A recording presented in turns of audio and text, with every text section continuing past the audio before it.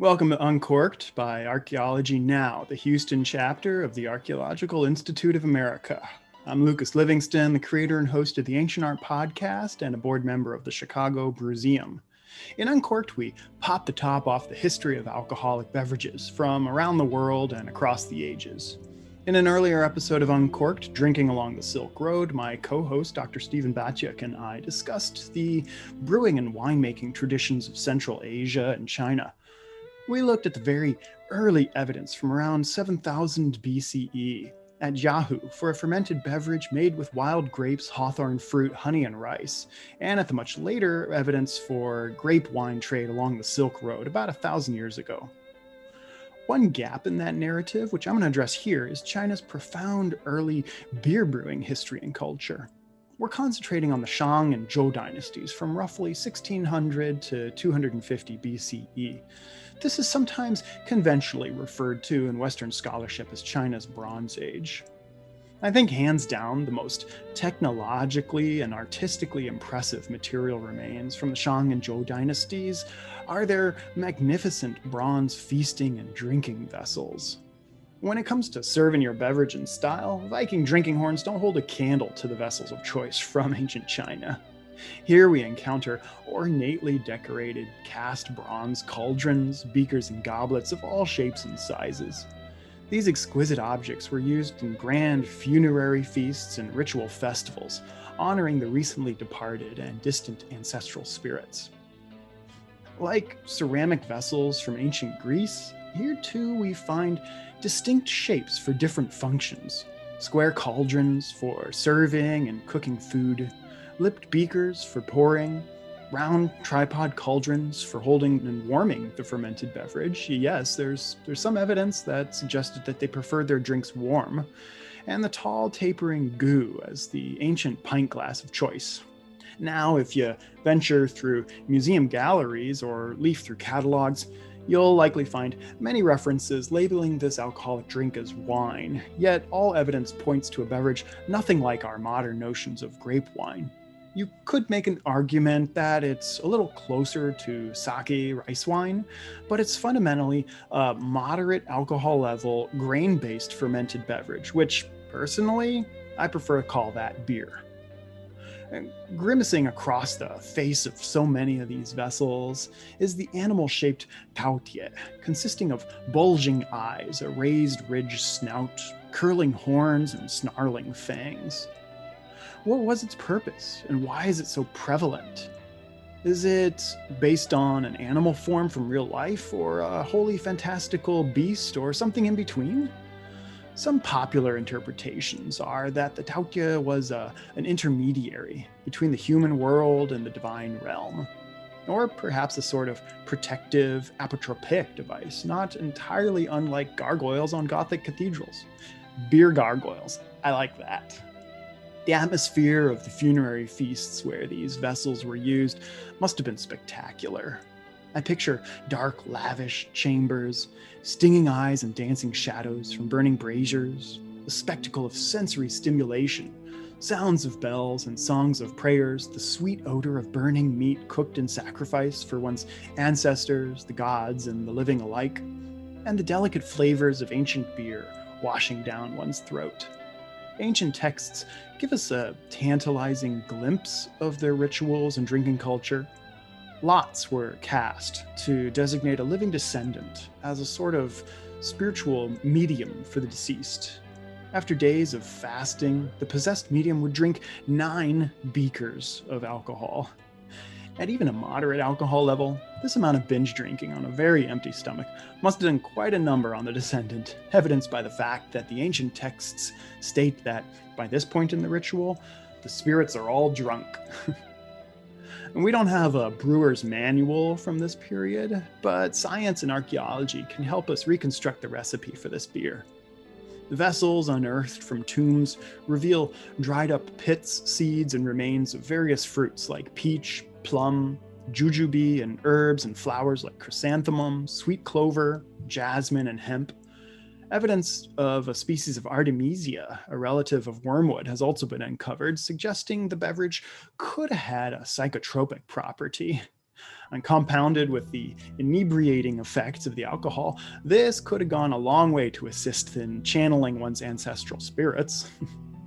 Some excavations of the tombs have actually yielded jars whose lids have effectively rusted on tight, preserving the 3,000 plus year old liquid within.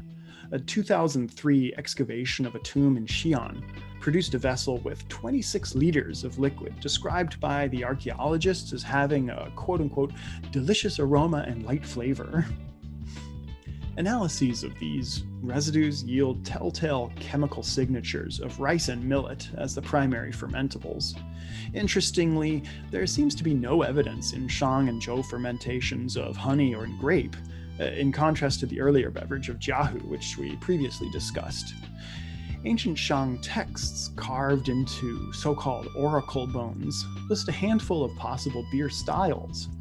An herbal beer called Chang, Li, a potentially sweet and modest rice or millet-based beer, and a big rice or millet beer, Ju, pushing double digits ABV. Later in the Zhou dynasty, they added the fruit beer and an unfiltered beer to the tap list.